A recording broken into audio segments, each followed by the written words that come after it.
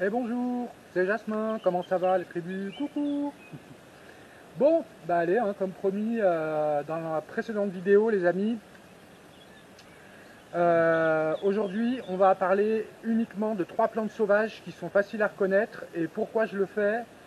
Je commence par celle-ci parce que c'est le moment de les ramasser. Et puis elles sont très bonnes les amis. Donc on va parler un petit peu plus en détail, je vais vous montrer comment on peut les reconnaître, comment pas se tromper. Et puis je vais vous donner quelques astuces de recettes qu'on peut faire avec. Si vous me découvrez aujourd'hui, bah, je m'appelle Jasmin. J'ai une autre chaîne qui s'appelle Jasmin de Savoie où je fais de la médiumnité et de la voyance. Et une autre chaîne encore où je fais des enquêtes paranormales, les amis. Voilà, vous avez tout dans la description en dessous de la description de la vidéo pour aller voir les chaînes si ça vous intéresse. N'oubliez pas de liker, partager les petits les petits messages qui vont bien, les amis, pour les algorithmes. Surtout que là, c'est une nouvelle chaîne que j'ouvre, donc j'espère qu'elle vous plaira et que voilà, on est parti pour une autre aventure, les amis.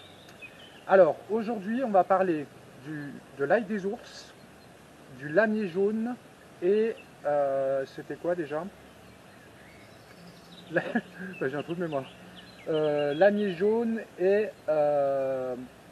je sais plus. Alors attendez, j'ai un gros trou de mémoire, les amis. Et du pissenlit. Il n'était pas dur à retenir pourtant. Je suis pas de cerveau, moi, les amis, vous savez. Alors, on va y aller, les amis. Qu'est-ce que je voulais vous dire d'autre? Eh ben rien. Si, il y a un peu de vent aujourd'hui, et comme vous savez, j'ai cassé mes deux micros. Et normalement, je mets un micro devant avec une mousse pour éviter le vent. Donc, s'il y a trop de vent, eh ben, je ne posterai pas la vidéo. Je vais voir, les amis. Normalement, non. Eh ben, allez, c'est parti, on y va. Voilà les amis, alors là on est en présence, je vais vous montrer, d'une grande station, on appelle ça une station quand c'est groupé comme ça. On est en présence de l'ail des ours, qu'on appelle aussi l'ail sauvage ou l'ail des bois. C'est une herbe assez vivace de la famille des Amaryllidaceae, les amis. Je vais vous montrer comment la reconnaître, comment éviter les confusions. Je vais vous montrer avec quelle plante on peut faire une confusion. Et après, je vais vous expliquer un petit peu comment, comment la cuisiner, comment... Enfin voilà, on va y aller tout de suite les amis. Alors regardez, là, elle est belle, enfin un petit peu cramée parce que là, il y a un petit lamier jaune, on en parlera après. Oula, pardon. Voilà, on va parler de cette plante et je viens de m'apercevoir d'un petit truc parce que, alors attendez, je vous avais dit qu'avec les plantes sauvages, il faut faire très attention aussi les amis parce qu'il y a, je crois que c'est l'échinococose ou un truc comme ça, il va falloir que je retrouve le nom, qui est transmis par le renard, qui est une maladie très dangereuse. Bon, faut regarder dans vos départements. Normalement, vous devez avoir la liste des départements classés en rouge, vert, tout ça. Bon, nous ici, on n'en a pas trop. Et il faut savoir que tous les animaux ne sont pas malades. Mais cette plante, elle a une particularité, c'est qu'elle est très fragile. Je vais vous la montrer après, je vais vous montrer une feuille plus en détail. Elle est très fragile. Et ici, je ne sais pas si vous voyez. Alors déjà, première chose, elle pousse en station, groupée entre elles. C'est un peu rare quand on en trouve toute seule, c'est rare quoi. Alors sur cette plante, on peut utiliser tout. Les fleurs, les feuilles et les graines. Je vais vous expliquer après. La spécificité qu'elle a, c'est que ces tiges, je vais vous montrer après la feuille plus près, ces tiges, ça fait une tige et ça part du sol la tige. Ça fait pas une tige et des ramifications. C'est une plante qui fait tige, feuille qui part toutes du sol. Voilà, et vous avez des confusions possibles avec l'arôme. Et ça tombe très bien parce qu'il y en a un là. Voilà, je vais vous le montrer. Alors c'est pour ça que quand vous ramassez de l'ail des ours, surtout les amis, ne prenez pas à la volée. Parce que l'arôme pousse aussi entre l'ail des ours. Alors vous allez voir, il est très facile à reconnaître, mais quand on ramasse des plantes sauvages, il faut déjà bien les connaître, bien se renseigner. C'est pour ça que ne vous fiez pas que à moi, les amis. Il faut vérifier. Google est votre ami, mais il raconte aussi un peu des conneries. Donc, regardez dans les bouquins, par exemple, c'est très bien. Ou regardez d'autres vidéos spécialisées là-dedans. Voilà. Moi, je connais ce domaine. Si j'ai des doutes sur une plante, je ne vous la présenterai pas. Voilà. Ok, et ben écoutez, je vais prendre un petit peu ce qu'il faut et puis on va se décaler un petit peu. Je vais vous prendre une feuille d'arôme aussi pour vous montrer et puis on va y aller. Voilà, bon on va commencer par la feuille. Alors la tige est plus longue, hein. Là je l'ai coupée, mais elle est plus longue, elle doit faire ça en plus. Je me mets là, hop, ça en plus. Alors c'est très simple. Déjà, bah, ça sent l'ail, les amis. Par contre, ne vous fiez pas. Alors, oui et non. Il ne faut pas trop se fier que à l'odeur. Parce que lorsque vous ramassez de l'ail des ours, si jamais il y a un arôme qui est dedans, quand vous allez sentir, avec vos doigts, vous l'aurez imprégné de l'ail. Donc du coup, quelle que soit la plante d'ailleurs. Du coup, c'est pas bon de se fier que à ça. Et je vais vous montrer comment on fait. Alors déjà, premièrement, alors j'espère qu'on va bien voir. Vous voyez, c'est une feuille qui est en forme de lancéolée, ça s'appelle. Elle est lancéolée, elle a une nervure ici, derrière, une seule nervure qui est ronde. Je ne sais pas si on la voit bien. Normalement oui, je pense. Alors aujourd'hui c'est un test, hein, les amis, j'ai pris ma caméra, parce que le téléphone, j'en avais un peu marre. Et le dernier point qu'on peut... les deux derniers points qu'on peut relever qui sont nets, c'est la face externe, elle est brillante, vert brillant, je ne sais pas si on voit bien, et la face interne, elle est mate, verte mais mate. Voilà, ça c'est un indicateur, déjà vous ne pouvez pas vous tromper avec ça, parce que le muguet par exemple, qui pousse aussi en station d'ailleurs, et qui peut aussi parfois se mélanger avec l'ail des ours, c'est l'inverse. Vous voyez, le mat il est là, le brillant est en dessous, en fait. Et il y a une autre particularité, je vais vous montrer d'ailleurs, parce que j'ai vu en haut, alors je ne sais pas si c'est des jacinthes sauvages, il n'y a pas les fleurs, moi je ne connais pas trop, en plus c'est des fleurs toxiques, alors je m'y intéresse pas trop, je devrais, mais bon. Je vais vous montrer. Celle-ci, elle fait une tige qui part du sol et il y a une seule feuille. Donc plein de tiges qui part du sol, des feuilles.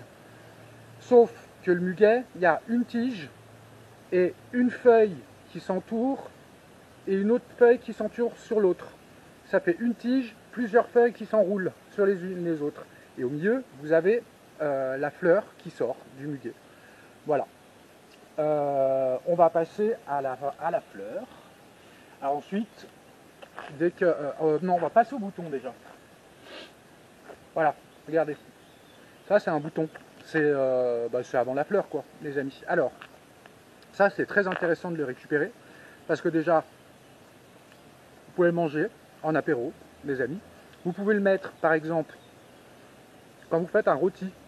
Plutôt que quand vous percez, vous savez, pour mettre de l'ail. Plutôt que d'acheter de l'ail qui coûte une blinde, les amis. Ça coûte une blinde, l'ail. Et vous pouvez en mettre dedans, par exemple. Vous pouvez en jeter quelques-uns dans votre salade. Alors, le goût, pour moi, je pense, est beaucoup moins fort que l'ail. Pour pas trop de différence de propriété, les amis. Donc, voilà. Puis en plus, c'est gratos. Qu'est-ce que vous pouvez faire avec? Eh ben, vous pouvez aussi, par exemple, récolter, je sais pas, vous voulez en faire en conserve. Pour les garder. Bon, celui-là était un peu sec. Berk. Il est très bon mais sec. Et depuis tout à l'heure je pars, j'ai la bouche... Qu'est-ce que je disais? Oui, alors vous pouvez les récupérer, vous achetez un petit panier en osier, vous récupérez la masse de ça, vous les rincez un peu à l'eau, Et ensuite, vous faites bouillir dans une marmite. Alors vous prenez, je sais pas, j'imagine 5 pots à confiture. Vous ramassez pour pouvoir bien remplir les pots jusqu'à ras-bord de boutons d'ail des ours. Vous faites bouillir du vinaigre blanc avec du sucre. Alors pour les dosages, le sucre, je sais pas, allez regarder sur internet, les amis, je ne me rappelle plus. Moi je crois que j'avais mis, oh je sais plus, pour 1 litre, je crois que j'avais mis 5 cuillères à soupe. Après ça dépend des goûts des gens, enfin voilà. Vous faites bouillir en tournant bien comme il faut pour que le sucre se mette bien dedans avec le vinaigre. Vous remplissez bien vos pots au préalable de boutons d'ail des ours, bien ras-bord surtout. Il faut que, voilà. Et une fois que le vinaigre a bouilli avec le sucre, alors avant, un petit détail, vous pouvez mettre quelques graines de coriandre mélangées avec vos boutons. Vous mettez un petit peu de poivre, voilà. Le sel, je vous déconseille d'en mettre parce que en fait c'est le côté confit qu'il va y avoir avec le sucre après. Donc voilà, vous pouvez mettre quelques grains de gros sel par exemple, mais des petits quoi. Si vous voulez, après c'est à votre contenance les amis. Si vous préférez mettre, vous pouvez mettre du poivre aussi, vous pouvez mettre des grains de poivre, hein, mettez pas le... Voilà. Une fois que vous avez fait votre préparation dans les pots, une fois que le truc est bouilli, vous versez le vinaigre. Vous stérilisez les pots bien sûr avant les amis. Vous versez le vinaigre dans les pots jusqu'à ras-bord pour que tous les trucs baignent bien comme il faut et qu'il n'y ait pas trop d'appel d'air entre les deux. Voilà. Vous fermez bien, vous retournez le bocal et vous le laissez retourner pendant 24 heures. Le temps qu'il refroidisse et que ça fasse une... voilà quoi, comme quand vous faites la confiture. Ensuite, vous avez donc les fleurs. Ça, c'est mon préféré. Bon, vous pouvez les manger aussi. Hein. Très bon dans la salade. Vous pouvez persiller un peu. D'ailleurs, les boutons, vous pouvez en mettre aussi dans les cakes, les amis. Les cakes salés. Ça, je dirais, c'est plus en décoration dans les salades. Mais après, moi, des fois, j'en mets dans la soupe. Les boutons d'ail des ours aussi, d'ailleurs, j'en mets dans la soupe. Dans la soupe d'ortie, d'ailleurs. Les orties, on verra dessus, je vais vous expliquer. Alors, pour la reconnaître, bon, bah, c'est simple, hein, les amis, si vous avez déjà trouvé l'ail des ours, regardez. J'ai un peu de mal, je pense qu'on ne voit pas trop. J'espère qu'avec la caméra, c'est mieux quand même. Ça m'embêterait. Vous voyez, ça fait une tige. Et là, il y a plein de petites ramifications qui donnent les fleurs. Elles ont, alors je ne me rappelle plus, c'est 6 pétales. Voilà, 6 pétales. Et puis, bah, alors, ça sent autre chose.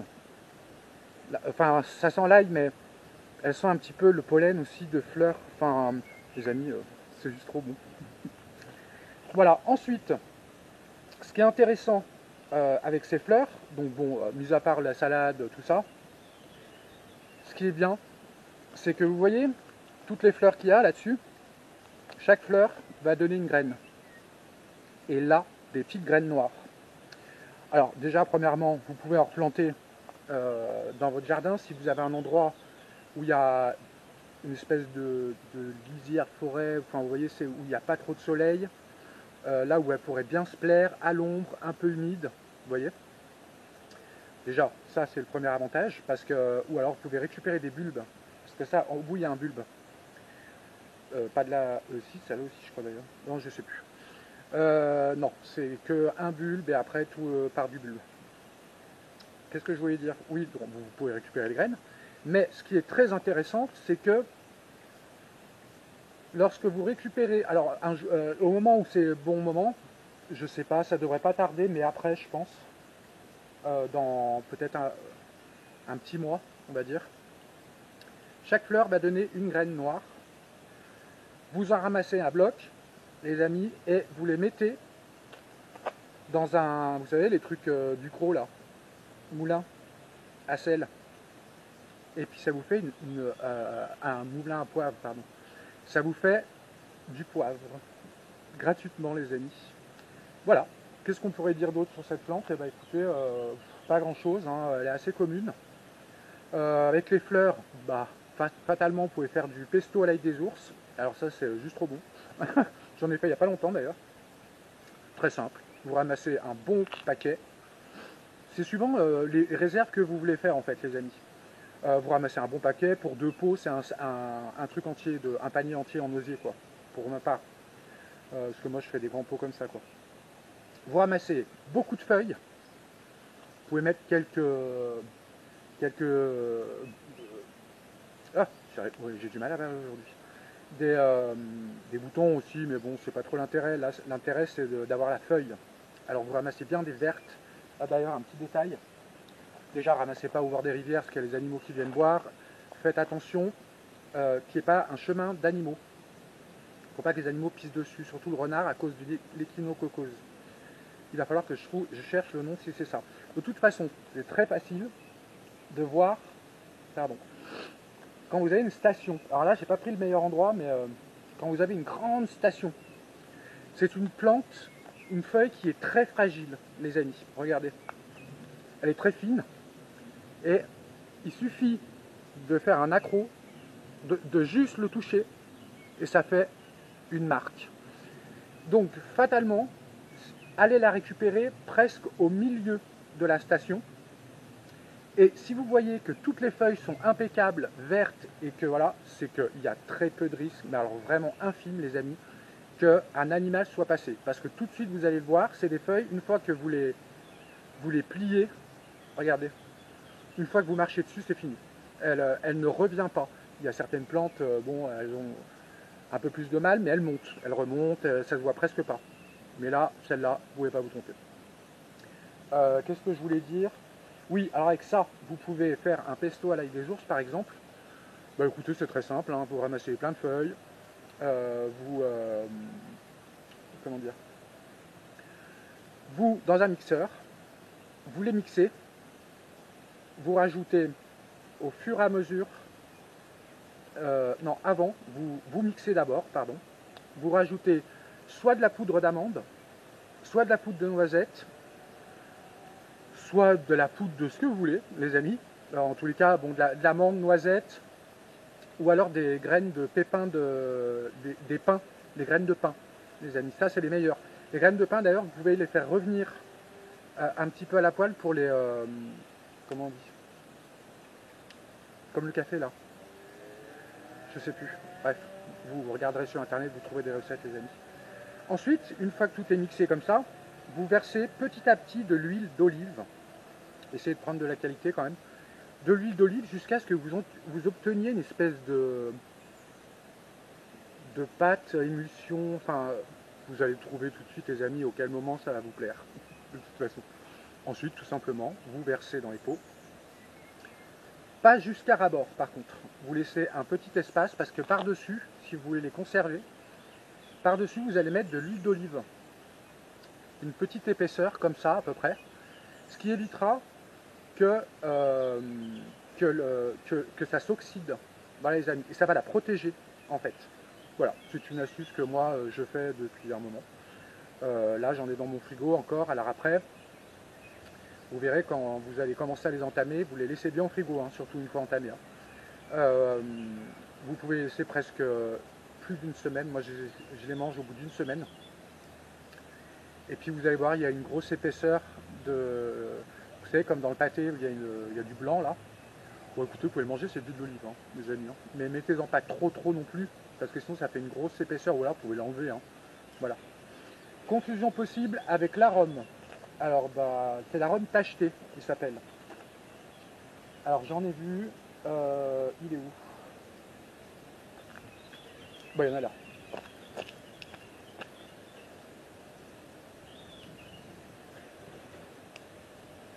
Voilà. Vous voyez? Je sais pas si on voit bien. Ça, c'est un arôme tacheté. Et c'est pareil, ça tige par du sol. C'est exactement la même chose. Et en plus, côté brillant, côté mat. Exactement comme extérieur brillant, intérieur mat. C'est exactement la même chose que l'ail des ours. Et ils poussent très souvent d'ailleurs dedans, les amis. Donc faites très attention, il faut le reconnaître, c'est très facile. Déjà, bon, vous avez une nervure aussi là qui est ronde. Bon, ça c'est la même chose que l'ail des ours, sauf que, regardez, vous avez plein de petites nervures qui partent de partout là. Vous voyez, tac, tac, tac, tac. Et en plus, elle n'est pas en forme de lance. Je ne sais pas si on va bien voir. Regardez, il y a deux extrémités là, une là, et c'est pas régulier. Voilà, vous pouvez pas vous tromper les amis, franchement, puis ça sent pas là du tout. Voilà les amis, et ben écoutez, on va passer au lamier. Voilà, le lamier jaune qui est très intéressant aussi. Allez, c'est parti, on y va. Alors voilà, là on est en présence les amis oh bah dis donc, j'ai un trou noir déjà. Du lamier jaune, pardon. La famille des Lamiaceae. On l'appelle aussi l'ortie jaune. Voilà. Je vais vous montrer comment le reconnaître, les amis. Et puis voilà. Déjà, la chose à savoir, c'est qu'il pousse aussi, lui aussi. Alors je ne sais pas si on va me voir, il pousse lui aussi en station. Vous voyez? Il pousse en station comme les orties, comme on avait vu avec l'ail des ours. Et puis, alors il pique pas comme l'ortie, hein, pas du tout. Mais il lui ressemble, mais alors vraiment beaucoup, sauf qu'il a des fleurs. Voilà. On va prendre une feuille et je vais vous expliquer. Alors, j'ai essayé de vous prendre la plus jolie, mais là c'est un peu l'exposition très ensoleillée, et, du coup il est un peu... bon, il n'est pas terrible quoi. Alors, première chose, sa tige, elle est carrée. Alors je ne sais pas du tout si on voit les amis, j'ai du mal à voir dans la caméra si on voit. Bon, sa tige est carrée, et elle est un tout petit peu... Il y a des tout petits poils dessus, mais alors vraiment c'est très léger, vous voyez. Donc voilà, elle fait feuille, feuille, feuille, feuille. Après elle fait une couronne avec des petites fleurs qui ressemblent à, je dirais moi, des orchidées, enfin je sais pas trop. Voilà, c'est très joli mes amis. J'espère que vous voyez bien quand même parce que de toute façon je vais revisionner la vidéo. Donc il y a des couronnes, feuille, feuille, couronne, feuille, feuille, couronne, feuille, feuille, couronne. Vous voyez, puis là elle va repartir encore. Alors, ce qui est intéressant, c'est, bon, déjà, tout ce qui est en bas, les feuilles du bas, c'est pas très intéressant les amis. Ce qui est le plus intéressant, on va dire, c'est les deux premières. Et encore, je dirais la première. Alors, il y a un autre détail aussi. Alors là, j'espère qu'on va le voir. Regardez. Attendez. Ah, on va pas voir, je pense. Non, c'est dommage. Ah, peut-être là. Non. Donc elle est carrée. Et au milieu, c'est creux, un rond. C'est un rond. Des fois, il y en a qui sont creuses totalement, donc carrées creuses, comme par exemple le lamier pourpre, il me semble. Là, elle est ronde, creuse et plus petite que le carré. Ça fait un tuyau creux à l'intérieur du carré. Voilà. En gros, c'est un peu ça l'histoire. Ce qui est intéressant, c'est de prendre ça. Hop. Comme ça, vous laissez la plante, par exemple. Même la deuxième, à la rigueur, vous pouvez la prendre si elle n'est pas trop abîmée. Et ça, bon, vous pouvez manger, les amis. Hein. Donc, très bon. Encore une fois, faites attention, les amis, si vous ne connaissez pas les plantes, ça peut être très dangereux. Moi, je le fais parce que je connais, les amis. Qu'est-ce qu'on peut dire sur cette plante autre? Eh ben, elle a un petit goût de... Comment ça s'appelle? De champignons, de sous-bois. Vous voyez, un peu comme le lamier pourpre. Je vous ferai une vidéo là-dessus d'ailleurs. Mais le lamier pourpre est beaucoup plus prononcé dans le champignon. Celui-là, non. Un peu moins. C'est excellent, les amis. Dans les salades, vous en mettez un peu. Vous pouvez en mettre dans les soupes. Vous pouvez en mettre dans les soupes. Vous pouvez aussi en mettre dans la soupe d'ortie. Moi, j'en mets des fois. Qu'est-ce qu'on pourrait faire d'autre avec Moi, je m'en sers que pour ça, en fait. de décoration, sur la salade, sur les assiettes des salades que vous présentez par exemple. Je passerais bien à, comment ça s'appelle, à un dîner presque parfait. J'adorerais. Je leur fais que des trucs comme ça. Euh, voilà. Sinon, quoi d'autre moi, j'accompagne toujours mes salades avec une sauce au miel, les amis. Le miel, mélangé au sel et au poivre, ça fait ressortir les, euh, les saveurs. J'ai remarqué, hein. Moi, c'est ce que j'ai remarqué. Alors, je fais toujours des sauces au miel. Voilà. Quoi dire d'autre sur celle-là, vous avez le lamier jaune. Alors, attendez, quand il y a de la sauce, tout ça, c'est moins... enfin, vous avez compris, quoi. Ce qui est intéressant, c'est que cette plante, alors il faut vite la ramasser au printemps parce qu'après, vous n'en trouvez plus. Vous avez le blanc qui est comestible aussi, donc c'est le même avec des fleurs blanches. Voilà. Vous avez aussi le rose. Alors je ne sais plus son nom exact. De toute façon, si j'en verrai, je vous ferai une vidéo dessus où je vous présenterai vite fait. Et le lamier pourpre. Alors le lamier pourpre, il est plus petit. C'est pas la même configuration que celui-là. Je vais vous expliquer plus tard. Et un autre détail, parce que souvent, enfin pas souvent, mais ça arrive que sur les feuilles, vous ayez des taches un peu comme de l'acier, vous voyez, ou de l'inox, de la même couleur un peu. Des fois, toutes les feuilles sont toutes tachetées de ça. C'est normal, les amis. C'est normal, vous pouvez la consommer. Bon, bah bien sûr, si vous trouvez des vertes, bien vertes, c'est toujours mieux, mais si vous voyez des taches grises dessus, ne vous inquiétez pas, c'est normal, les amis. Voilà. Sinon, bah voilà, il y a le jaune, blanc, rose et pourpre. Voilà, c'est très facile à reconnaître et c'est super bon. Et ça ne pique pas, les amis. De toute façon, on va faire une vidéo aussi sur les orties. Je vais vous expliquer comment les ramasser, les propriétés. Ça, c'est bon, je ne sais plus pourquoi. Pour la respiration, je crois, et je sais plus, les amis. J'aurais peut-être dû prendre des notes avant. Moi, je les mange par plaisir, en fait. Je les mange par plaisir parce que j'aime beaucoup ça. Et vous verrez, les amis, que quand vous allez commencer à apprendre les plantes sauvages, les récolter et les manger, je vous assure, les amis, que vous n'irez plus acheter ni de salade, ni de mâche, ni, ni rien du tout, les amis. Vous ne ferez que comme ça. Et je pense que c'est très bien. Il y a beaucoup plus de vitamines, de minéraux, d'antioxydants que dans les plantes, les magasins, les grandes surfaces que vous achetez. Souvent, en plus, on dit faut aller chez les petits primeurs. Les amis, ils ont le même fournisseur. Pour la plupart, pas tous, les amis, pas tous. Mais voilà, j'ai envie de vous dire, vous avez compris. Ok, et eh ben écoutez, on va passer à la dernière plante qui est... Bonne question, j'ai encore oublié. Le pissenlit.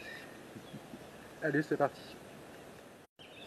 Voilà, alors là, bon, j'ai pas trouvé le plus beau, les amis, parce que dans ce champ-là, il n'y en a pas, en fait, ou très peu. Et là, c'est exposé au soleil, donc il est un peu cramé. Mais ce que j'ai à vous dire, de toute façon, je vais vous le montrer en face de la caméra. Il est très facile de le reconnaître. Déjà, vous avez sa fleur jaune. Alors, hop. En fait, regardez, vous la connaissez, les amis. Le pissenlit, bon, ça, j'ai pas besoin de vous faire un... Voilà. En plus, ça, vous connaissez tous, les amis.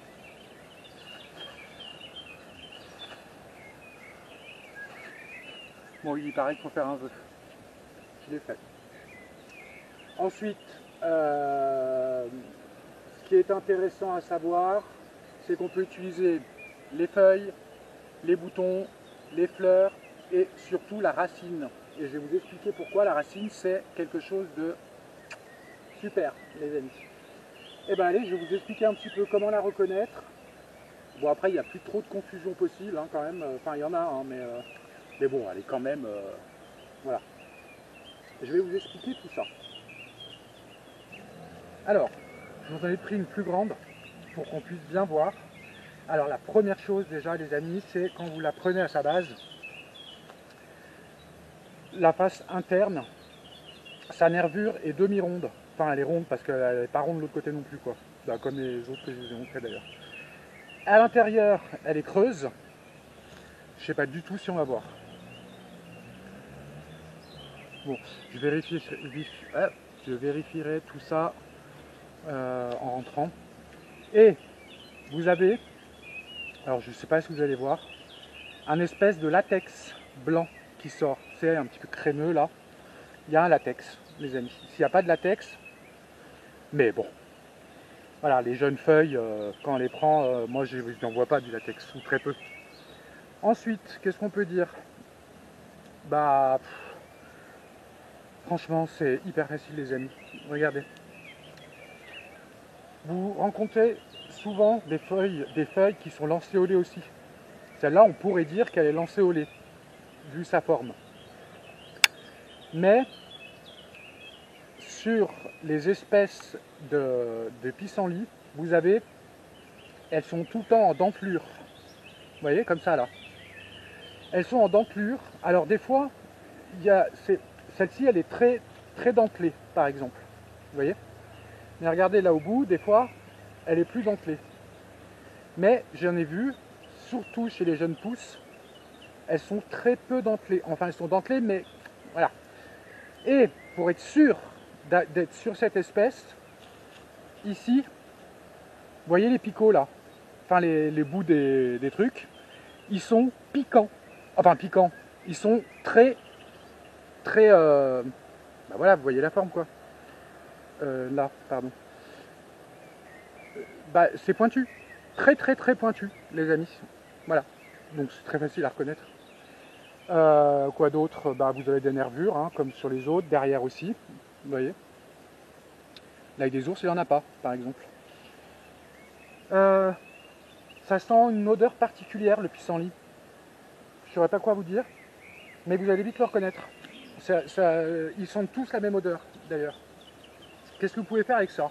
Eh ben, évitez de prendre déjà des grandes feuilles comme ça, parce que c'est pas très agréable à manger. C'est un petit goût acidulé aussi, donc il vaut mieux faut pas manger que du pissenlit. Bon, moi j'adore ça, hein. Même le pissenlit tout seul, j'adore. Mais il vaut mieux le mélanger. De toute façon, les plantes sauvages, moi j'ai toujours dit, pour obtenir gustativement quelque chose d'exceptionnel, je pense qu'il faut bien mélanger. C'est comme un artiste, les amis, vous voyez, un artiste, il mélange les couleurs, il fait ci, il fait ça, pour obtenir un visuel, un beau visuel.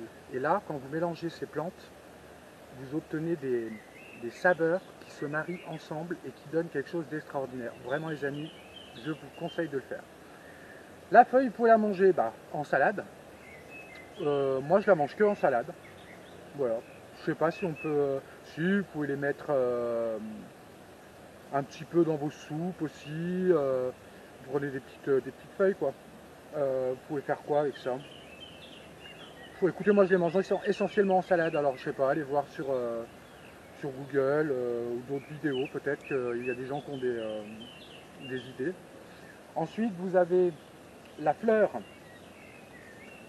Alors la fleur, vous pouvez faire de la gelée de pissenlit.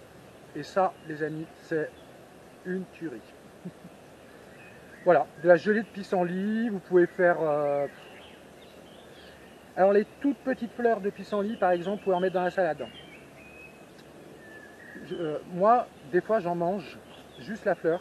Par contre, c'est acre. Enfin, c'est un goût spécial qu'il faut aimer. Moi, j'aime les plantes sauvages, donc je peux manger ça, ça ne me dérange pas quoi. Je vais pas en manger 4 non plus, hein, les amis, mais voilà. Donc là, je l'ai avec ça. Et c'est le moment, les amis, il faut en récolter des tas et des tas. Donc, remplissez un gros panier et vous cherchez une recette de pissenlit, gelée de pissenlit, c'est très facile. Et vous pouvez faire de la gelée, les amis. Il faut que j'arrête de dire les amis parce que ça commence à... Ok, ensuite, alors j'ai pas trouvé de bouton. j'en ai pas trouvé. Bon, avant que la fleur se forme, là par exemple, celui-là, c'est une fleur fanée. Vous voyez, elle est triangulaire, enfin, elle est séchée quoi, on voit bien. Et à l'intérieur, hop, il y a le truc qui arrive là. Je crois même qu'il est déjà, la boule est déjà partie en fait. Même pas. Non. Ça, c'est mort. Mais le bouton, il pousse sur la base, tout le temps. La tige de la fleur, le bouton part de la base, il est rond. Rond, voilà. Rond un peu plat. Et ça, c'est très intéressant parce qu'avec le bouton, vous pouvez en récolter beaucoup, comme les boutons d'ail des ours.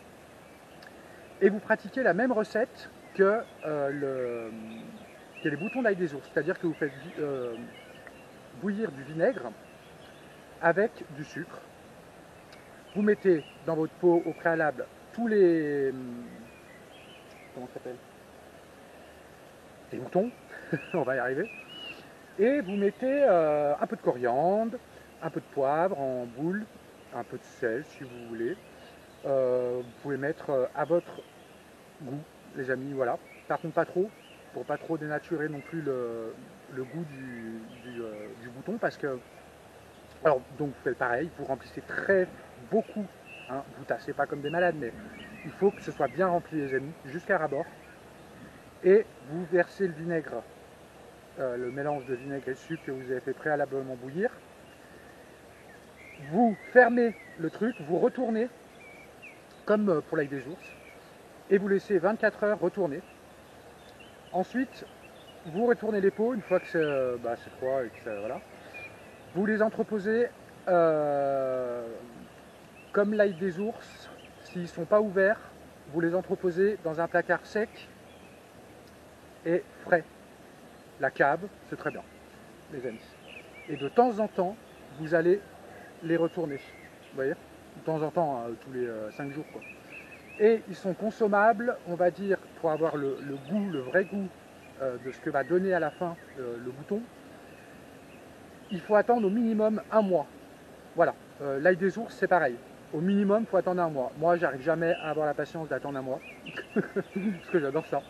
Mais si vous voulez qu'il soit bien confit et qu'il ait le vrai goût de ce que vous attendez, c'est minimum un mois. Alors, le goût du bouton de pissenlit, c'est un mélange, je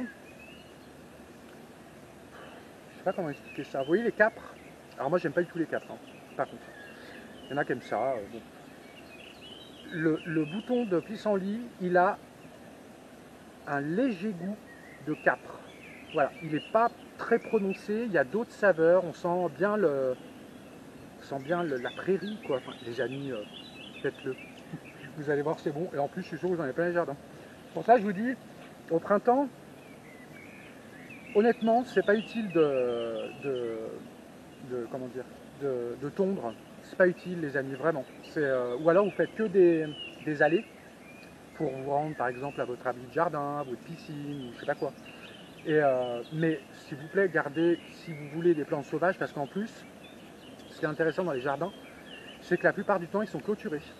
Si vous n'avez pas de poules, le renard, il va pas venir chez vous pour savoir s'il peut bouffer une poule, hein. Donc les amis, franchement, vous n'avez aucune raison de ne pas le faire. En plus, au printemps, vous allez voir, vous allez avoir beaucoup de fleurs sauvages dans votre jardin. Elles ne seront pas hautes en plus. Et à ce moment-là, vous pourrez faire des réserves de certaines choses, manger tous les midis des belles salades et vous évitez au maximum les risques liés à la récolte dans la nature, les amis. Alors, il ne faut pas être parano non plus, hein.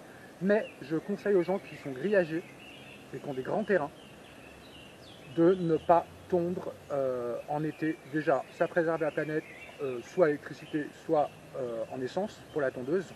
Ça vous évite de faire des efforts pour rien. Une fois que le printemps est passé, que vous dites, bon là, ça commence à être un peu le bordel, vous rasez, si vous voulez, les amis. Moi, j'ai toujours conseillé de ne jamais le faire et de le faire uniquement en fin d'été.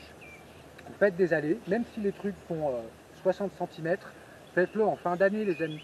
Parce que plus vous allez laisser ce, ce microcosme, je ne sais pas si on appelle ça comme ça, s'installer dans votre jardin, plus les années d'après, il va y avoir plein même des nouvelles plantes qui vont s'envoler, qui vont atterrir dans votre jardin, qui pourront être planquées entre les autres pour pouvoir pousser. Enfin, vous voyez ce que je veux dire? Et plus vous allez faire ça, moins vous aurez de l'herbe, enfin vous aurez de l'herbe bien sûr, mais vous aurez une multitude, les amis, de plantes sauvages. Voilà. Quoi d'autre? Eh bien écoutez, rien. Moi je vais finir ma balade. J'espère que cette vidéo vous aura plu. Et puis n'oubliez pas de mettre des petits commentaires, me dire ce que vous avez pensé de cette première vidéo, les amis.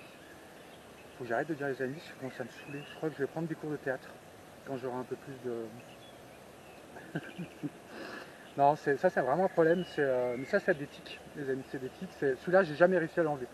Le j'y suis à peu près arrivé. Mais les amis, les amis, les amis, c'est... Vous savez pourquoi on dit les amis? Parce qu'en fait, quand on regarde des vidéos, tout le monde le dit, en fait. Et du coup, ça rentre dans la tête, quoi. Moi, j'appelle mes amis ma tribu. Alors, je vais pas répéter tout le temps la tribu non plus, quoi. Bon, voilà, les amis. Et allez, c'est reparti. Non, je vais y aller. Là, il y a le château, là-bas, derrière. J'ai presque envie d'y aller. Je vais vous montrer. Bon, on va peut-être pas le voir. Il est où? Bon, on le voit pas. Il est juste là, regardez. Hop. Ça me donne envie de faire une enquête paranormale, tout ça. Bon, n'oubliez pas les petits pouces, les messages, les partages, les amis. C'est la chaîne est nouvelle. J'ai besoin de vous pour voilà, faire marcher la chaîne. Et en tous les cas, merci d'être présent. Je vous embrasse tous très fort, la tribu, et je vous dis à la prochaine vidéo. Je ne sais pas si ce sera demain. Moi, en fait, le problème des, euh, des plantes sauvages, tout ça, c'est que si vous avez une semaine de pluie, c'est la merde. Et moi, j'aime pas faire des vidéos à l'avance. Voilà, j'aime pas ça. Donc moi, c'est tout instinctif. Le matin, je me lève, ah, j'ai envie de faire ça. Enfin, vous voyez ce que je veux dire? Donc voilà. On va faire comme ça. Je vous souhaite une belle soirée ou une bonne journée, une bonne semaine. Je sais pas quelle journée on est en week-end. Bon week-end de Pâques, les amis. Et on se retrouve à la prochaine vidéo. Gros bisous, la tribu.